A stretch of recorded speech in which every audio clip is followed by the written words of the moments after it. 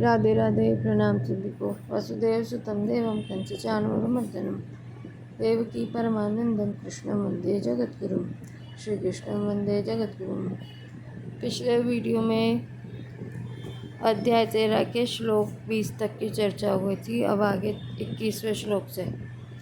पूर्व श्लोक में भगवान ने पुरुष को सुख दुख के भोगने में हेतु बताया। इस पर प्रश्न होता है कि कौन सा पुरुष सुख दुख का भोक्ता बनता है। इसका उत्तर अब भगवान आगे के श्लोक में देते हैं। पुरुषः प्रकृतिस्थो हि भुंक्ते प्रकृतिजान् गुणान् कारणं गुणसंगोस्य सदसद्योनि जन्मसु। प्रकृति में स्थित पुरुष जीव हो प्रकृतिजन्य गुणों का भोक्ता बनता है और गुणों का संग ही इसके ऊंच नीच योनियों में जन्म लेने का कारण बनता है। व्याख्या। पुरुषः प्रकृतिस्थो हि भुंक्ते प्रकृतिजान् गुणान्। वास्तव में पुरुष प्रकृति शरीर में स्थित है ही नहीं, परंतु जब वह प्रकृति शरीर के साथ तादात्म्य करके शरीर को मैं और मेरा मान लेता है तब वह प्रकृति में स्थित कहा जाता है। ऐसा प्रकृतिस्थ पुरुष ही गुणों के द्वारा रचित अनुकूल प्रतिकूल परिस्थिति को सुखदायी दुखदायी मानकर अनुकूल परिस्थिति के आने पर सुखी होता है और प्रतिकूल परिस्थिति के आने पर दुखी होता है। यही पुरुष का प्रकृतिजन्य गुणों का भोक्ता बनना है। जैसे मोटर दुर्घटना में मोटर और चालक दोनों का हाथ रहता है।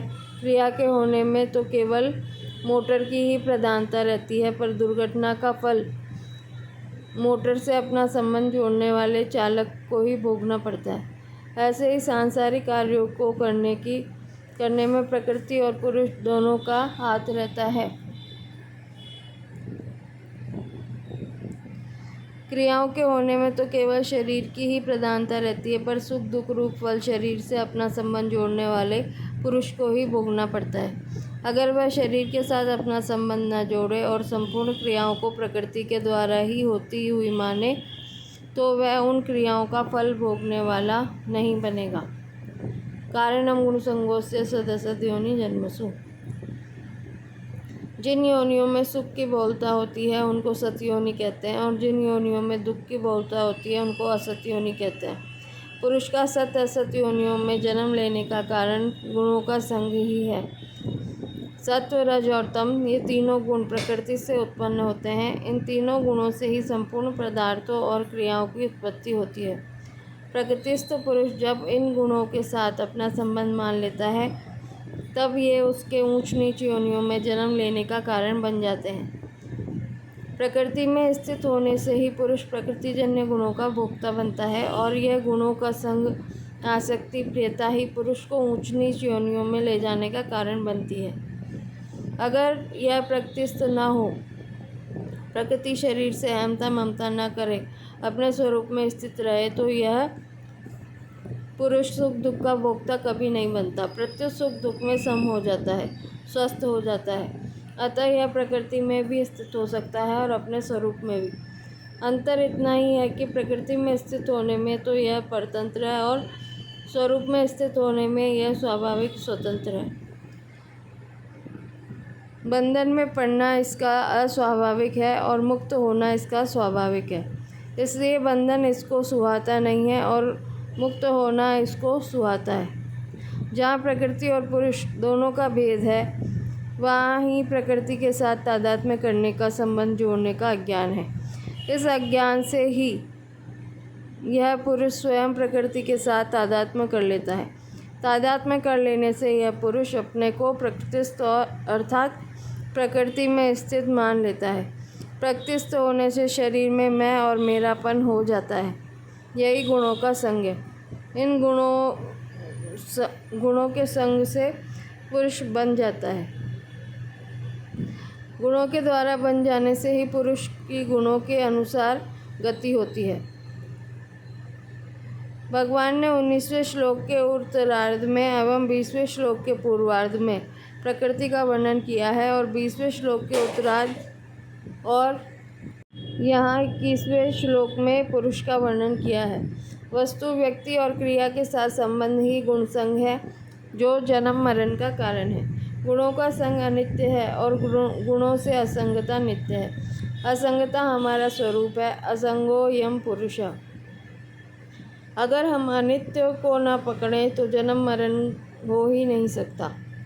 मैं जड़ प्रकृति और हूँ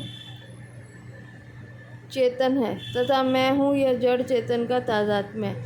इस मैं हूँ में ही कर्तापन और भोक्तापन रहता है। अगर मैं न रहे तो हूँ नहीं रहेगा, प्रत्युत है रहेगा। जैसे लोहे और अग्नि में तादात्म्य न रहने से लोहा पृथ्वी पर ही रह जाता है और अग्नि निराकार अग्नि तत्व में लीन हो जाती है, ऐसे ही अहम तो प्रकृति में ही रह जाता है और हूँ है में ही विलीन हो जाता है। है में कर्तापन और भोक्तापन नहीं है। तात्पर्य है कि भोगों में हूँ खींचता है नहीं खींचता। हूँ ही कर्ता भोक्ता बनता है कर्ता भोक्ता नहीं बनता।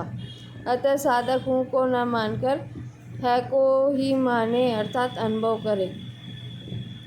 सुख दुख के आने जाने का और स्वयं के रहने का अनुभव सबको है। पापी से पापी मनुष्य को भी इसका अनुभव है।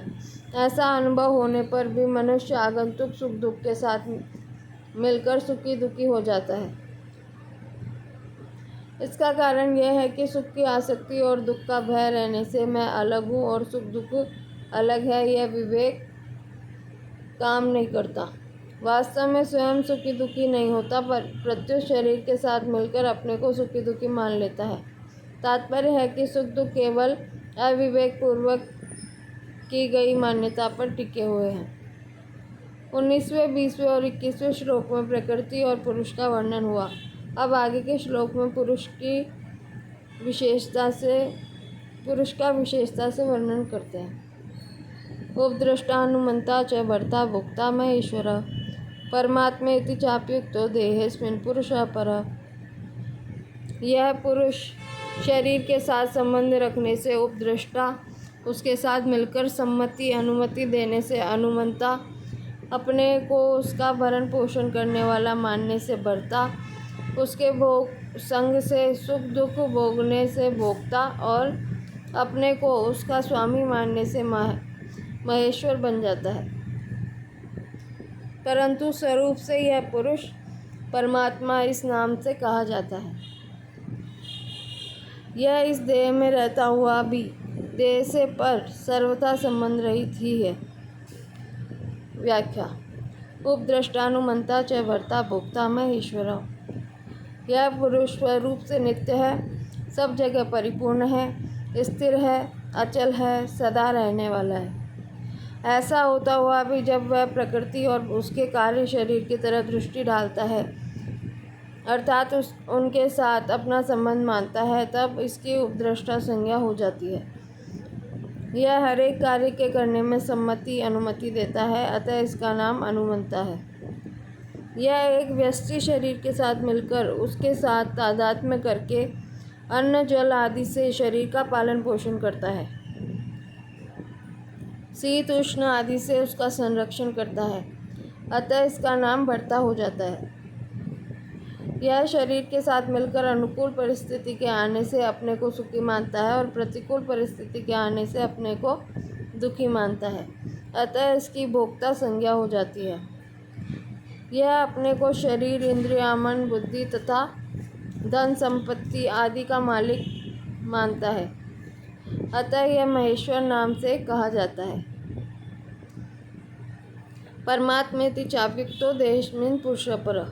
पुरुष सर्वोत्कृष्ट है, परमात्मा है, इसलिए शास्त्रों में इसको परमात्मा नाम से कहा गया है। यह देह में रहता हुआ भी देह के संबंध में स्वतः रहित है। आगे इसी अध्याय के 31वें श्लोक में इसके विषय में कहा गया है कि यह शरीर में रहता हुआ भी न करता है और न लिप्त होता है। इस श्लोक में एक ही तत्व को भिन्न भिन्न उपाधियों के संबंध से उपद्रष्टा आदि पदों से संबोधित किया गया है, इसलिए इन पृथक पृथक नामों से पुरुष के ही स्वरूप का वर्णन समझना चाहिए। वास्तव में उसमें किसी प्रकार का भेद नहीं है। जैसे एक ही व्यक्ति देश काल वेश संबंध आदि के अनुसार भिन्न भिन्न पिता, चाचा, नाना, भाई आदि नामों से पुकारा जाता है। ऐसे ही पुरुष भिन्न भिन्न नामों से पुकारा जाने पर भी वास्तव में एक ही है। परिशिष्ट भाव वास्तव में पुरुष पर ही है, पर अन्य के संबंध से वह उपद्रष्टा, अनुमंता आदि बन जाता है। जैसे मनुष्य पुत्र के संबंध से पिता, पिता के संबंध से पुत्र, पत्नी के संबंध से पति, बहन के संबंध से भाई आदि बन जाता है। यह संबंध अपने कर्तव्य का पालन करने के लिए ही है, ममता करने के लिए नहीं। वास्तविक स्वरूप तो पर अर्थात सर्वथा संबंध रहित ही है। यहाँ उपद्रष्टा, अनुमंता आदि अनेक उपाधियों का तात्पर्य एकता में है कि चेतन तत्व वास्तव में एक ही है। ज्ञान के प्रकरण में प्रकृति और पुरुष दो का ही वर्णन मुख्य है। अतः यहाँ आए उपद्रष्टा, अनुमंता, ईश्वर आदि सब शब्द पुरुष के वाचक समझने चाहिए। इससे आगे के श्लोकों की चर्चा कल करेंगे। राधे राधे।